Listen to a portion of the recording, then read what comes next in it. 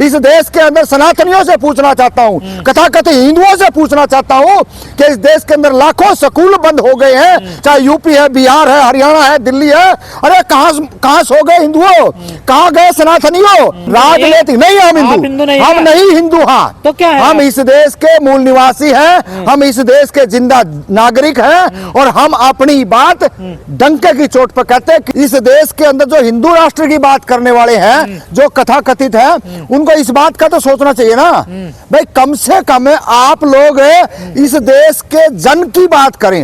आपको जन से कोई मतलब नहीं है, आपको खाली इस देश के अंदर आपस में भाईचारा बिगाड़ना है और भाईचारा बिगाड़ करके आप इस देश के अंदर मनुस्मृति को स्थापित करना चाहते हैं। लेकिन इस देश के अंदर आज बहुजन समाज और 85% लोग उसके अंदर हो सकता है कुछ बढ़िया ग्रंथ है ना, देखिए ऐसा है, वो आप लोगों के लिए होगी जो इस देश के अंदर जाहिल होंगे। अगर उसके लिए बढ़िया थी, उसके लिए पवित्र थी, उसके लिए अच्छी थी।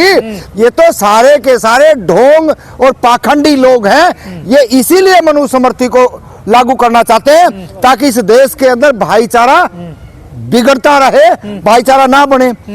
भाई हक अधिकार की बात क्यों नहीं करते आप समानता की बात क्यों नहीं करते? आप इस देश के अंदर एजुकेशन की बात क्यों नहीं करते? वो नहीं करना है। ये धीरेन्द्र शास्त्री जैसे कोई हिंदू को नहीं कर रहे हैं। हिंदुओं की अगर आपकी आस्था है तो आप उनको हक दो। आप पहले तो उनको वर्ण व्यवस्था में बांटते हो, फिर आप कहते हो कि हम हिंदू हैं, फिर आप उनको शूद्र भी कह रहे हो। तो ये कहीं का भी लॉजिक नहीं। ये इस देश के अंदर किसानों का, मजदूरों का, हम बार बार कहते आए हैं, ये एक धीरेन्द्र शास्त्री जैसे 4-5 प्यादा इन्होंने तैयार करके और उन्हीं के माध्यम से सनातनियों को एकजुट नहीं होने दो। हम सनातनियों को अगर कुएं में पड़ना है, अगर उनको कहीं कुछ खाना है तो खाने छूट है हमारी तरफ से, लेकिन हम उनके प्रोपगंडे में नहीं आएंगे क्योंकि हमारे हक अधिकारों की बात है। इस देश के अंदर सनातनियों से पूछना चाहता हूँ, कथाकथित हिंदुओं से पूछना चाहता हूँ कि इस देश के अंदर लाखों स्कूल बंद हो गए हैं, चाहे यूपी है, बिहार है, हरियाणा है, दिल्ली है। अरे कहाँ सो गए हिंदुओं, कहाँ गए सनातनियों? और जो बैकलॉग है हमारा, जो नौकरियों के अंदर है, उसकी भी कोई बात नहीं है। और असलियत में कौन हिंदू बना रहे हैं, किसको हिंदू बना रहे हैं, उनको भी देख लो। राजनीतिक नहीं, हम हिंदू, हम नहीं हिंदू। हाँ तो क्या है? हम इस देश के मूल निवासी हैं, हम इस देश के जिंदा नागरिक हैं और हम अपनी बात डंके की चोट पर कहते हैं। किसी पाखंडी या किसी मनुवादी, हम पूछते हैं उन लोगों को जो जिंदा लोग थे, जिन्होंने अपने विचार आचरण समाज के लिए कुछ आगे बढ़ के किया, हम उनके लिए करते हैं। आप हमारे को हिंदू बनाने की कोशिश में, प्रयास में लगे रहे हो। हम कहते हैं विधानसभा दो अति पिछड़ों को, लोकसभा दो अति पिछड़ों को। अरे तुम जो है उनको राजनीतिक हक तो देते नहीं हो और आप हिंदू बनाने चल पड़े हो। हम तुम्हारे इस प्रोपगंडे के अंदर नहीं आएंगे। हमारे जो कुछ नालायक निकम्मे, जो मठाधीश हैं, जो अपने आप को बोलते हैं कि हम जो सामंतवादी सोच के लोग हैं, उन सामंतवादियों को भी हम कहना चाहते हैं वक्त रहते आप सुधर जाए, अन्यथा हमारा जो नुकसान है, हमारी राजनीतिक का नुकसान है, हमारा आर्थिक नुकसान है, हमारा शैक्षणिक नुकसान है, ये आप लोगों की बदौलत होता है। हम बिल्कुल भी बर्दाश्त नहीं लोग की बात कर रहे हैं। अब तो देश में चर्चा हो गई है कि जाति के नाम पर जो आरक्षण को खत्म कर देना चाहिए। पिछड़े भी तो आरक्षण ले रहे 27%। देखिए, जो ऐसी चर्चा कर रहे हैं वो महानिकम्मे हैं। वो इस देश के अंदर जो आप बार बार जिस ग्रंथ का नाम लेते हैं, जो बिल्कुल इस देश के अंदर हम उसको कुछ भी नहीं समझते, इस देश का ग्रंथ जो है वो इस देश का संविधान है और संविधान की जो उसके अंदर का जो खाका है उसको बचा के रखना हमारा दायित्व है। अगर वो भी नहीं बचेगा तो सीधा सीधा मान लिए इस देश के अंदर बिल्कुल ये स्थिति लाके ये खड़ी कर देंगे। जितना हमने यूपी और बिहार, जाति के आधार पर आरक्षण होना चाहिए, नहीं होना चाहिए? बिल्कुल होना चाहिए। जब आप जाति के आधार पर आपने बांट रखा है, हम कहते हैं वर्गीकरण, हमारे बाबा साहब ने, ज्योतिबा फुले ने, हमारे तमाम महापुरुषों ने वर्गीकरण की बात आई, संविधान के अंदर वर्गीकरण की बात है। तो वर्गीकरण का हिसाब से जितना हमारा हक अधिकार बनता है उतना या तो आप दे दो, नहीं तो आपका इलाज होगा। अगर कोई गलतफहमी का शिकार है, बीजेपी परमानेंट नहीं है। जो आज हमारे हक अधिकारों पर डकैती मारने का काम कर रहे हैं उनको बख्शा नहीं जाएगा।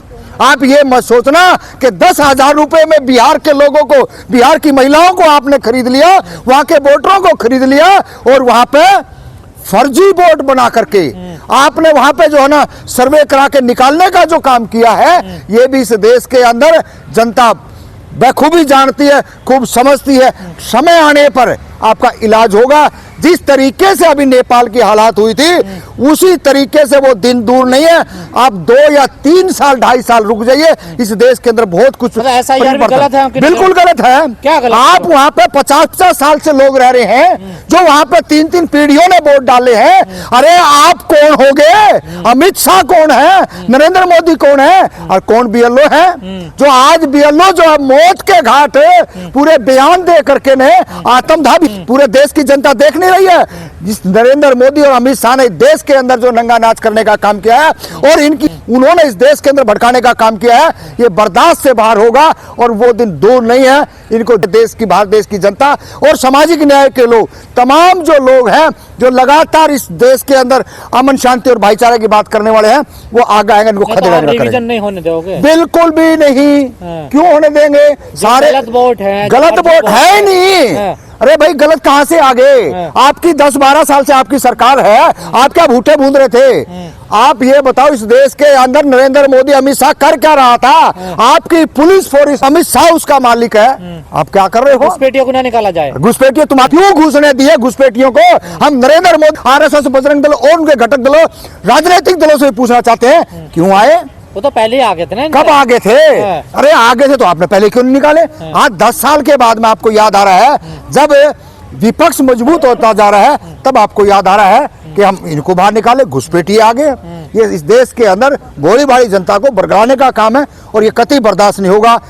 बिल्कुल इसके लिए लोग तैयार होने लग रहे हैं। ये जो संविधान बदलने वाले जो लोग हैं ना, ये इस देश के अंदर ज्यादा लंबा समय नहीं टिकेंगे।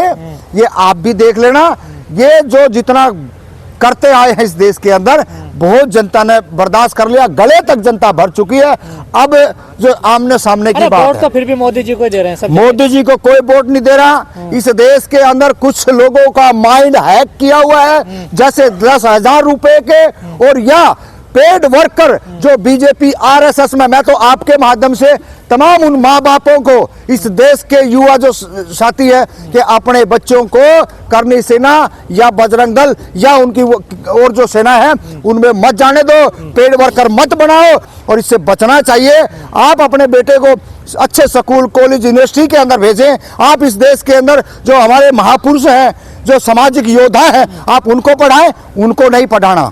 इस देश के अंदर, जैसे आपने पहले कहा कि मनु समर्थी, इस देश के अंदर मनु समर्थी हमारे बाबा साहब डॉक्टर भीमराव अंबेडकर जी ने जलाई और ज्योतिबा फुले ने तमाम उसका डट के विरोध किया, ब्राह्मणवाद का। और वो रामास्वामी पेरियार से लेके और काशीराम जी से लेकर, मिश्रा तो कह रहे हैं बाबा साहब का अस्तित्व मिटा देंगे। ऐसे कुकर मुत्ते डंके की चोट पे कह रहा हूं, कोई घबराने की जरूरत नहीं है। और ये कौन अस्तित्व मिटाएगा? इनका खुद का अस्तित्व क्या है उसका? वो ये बताए कि मेरा अस्तित्व क्या है।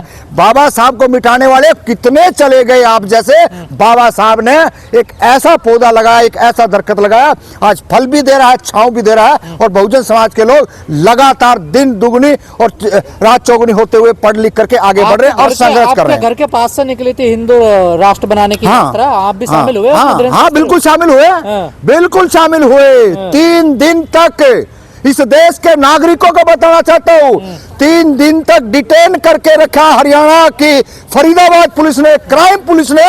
अपने आप को पूरे रात को 12 बजे तक हमारी मिसेज और बच्चों के सुपुर्द करके गए कि हरियाणा का मुख्यमंत्री आ रहा है। हम पूछना चाहते हैं, अरे जनता के टैक्स के पैसे से, हमारे मेहनत के पैसे से, किसान मजदूर का संघर्ष के पैसे से, और ये बीजेपी आरएसएस इस देश के अंदर जो हिंदूवाद का चोला उड़ करके जो राजनीतिक कर रही है, ये देश के लिए बहुत घातक है। और ऐसे पाखंडियों का, ऐसे मनुवादियों का विरोध होना चाहिए। जात पात शराब करो का विदाई। ठेका, हाँ। शराब का ठेका बंद कराने वाले जो लोग थे, क्या किया, पुलिस ने उन्हें ऐसा ठोका और मुकदमे दर्ज जमानती कराते फिरे। अरे उस बाबा यात्रा का का कुछ नारा ना नहीं हुआ। सुना आपने, जात पात की करो विदाई, हिंदू हिंदू सब भाई भाई। हाँ, जात पात की अच्छी बात करो नहीं विदाई देखते आप। बिल्कुल नहीं है। हाँ। वो ढोंग और पाखंडी है। जात पात की बात करने का उनका कोई अतित्व नहीं बनता। सरकार उनकी है। जैसे नोटबंदी हो गए, जैसे जीएसटी लगी, 370 होगी, अरे नरेंद्र मोदी, अरे अमित शाह जी, आप करो ना, बोले, और इस देश के अंदर प्राइवेट स्कूलों को बंद कराएं और सरकारी एजुकेशन, सारे सरकारी स्कूल होने चाहिए। आपने 2020-21 के अंदर क्या इस देश के अंदर किया है? नई एजुकेशन पॉलिसी ला करके इस देश का बट्टा उठाने का काम किया। लेकिन शिल्पा शेट्टी भी कह रही है कि मैं भी सनातनी हूँ, उनके पति तो करोड़ों रुपए के घोटाले में जेल जाने से बचने तमाम जो नरेंद्र शास्त्री की साथ आए हैं, उनका बैक रिकॉर्ड उठा के देख लो, करोड़ों रुपए के घोटाले के अंदर फंसे हुए हैं। नहीं, संविधान का और धीरेन्द्र शास्त्री का क्या मतलब है? धीरेन्द्र शास्त्री जो है वो तो इस देश के जनता के टैक्स के पैसे से वो मौजे मार रहा है, और सरकार और प्रशासन ये चाहते हैं कि इस देश के अंदर जो दलित है, पिछड़ा है, वंचित है, शोषित है, उनको तो अपनी तरफ लेके आए और मुसलमानों का नाम लेकर के इनके हक अधिकारों को भी डकैती डाली जाए। हिंदू राष्ट्र से नहीं, हमारे को दिक्कत है ना,